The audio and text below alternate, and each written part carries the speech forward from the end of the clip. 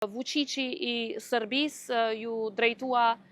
summitit me ofendime dhe arrogancë, me tentimin që ta prishte takimin, por arritëm në fund që ta miratojmë deklaratën e përbashkët me unanimitet dhe natyrisht për çdo propagandë që Vučići synonte që të prezentonte para pjesëmarrësve, ne si Republike Kosovës kishim argumentet tona të fuqishme, argumentet në anën e së drejtës dhe argumentet të cilat janë fuqizuar e mbështetur edhe nga e drejta ndërkombëtare nëpërmjet mendimeve të gjykatës ndërkombëtare të drejtësisë. Si Kosovë jemi pro bashkëpunimit rajonal, por në të njëjtën kohë do ta mbrojmë interesin ton shtetëror, do ta mbrojmë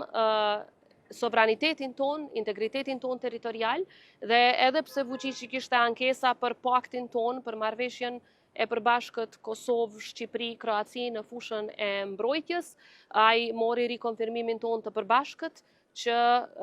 kjo shënon një bashkëpunim që ka për qëllim mbrojtjen ton dhe përgjigjja ime ishte që në tër historinë e ekzistencës son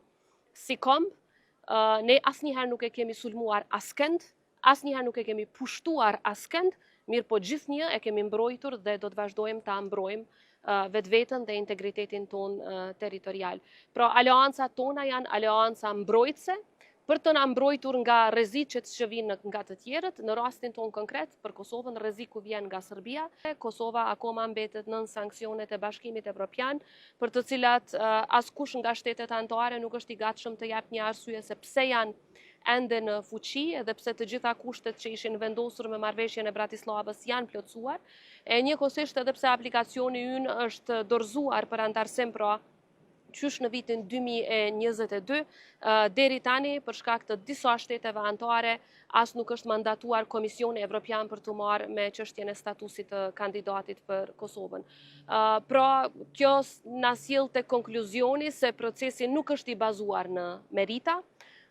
por ka zhvillime politike, konsiderata vetanake që shtetet anëtare nganjëherë marrin parasysh për të shtyrë përpara apo për krahur një shtet apo jo. Sepse sikur të ishte i bazuar në merita,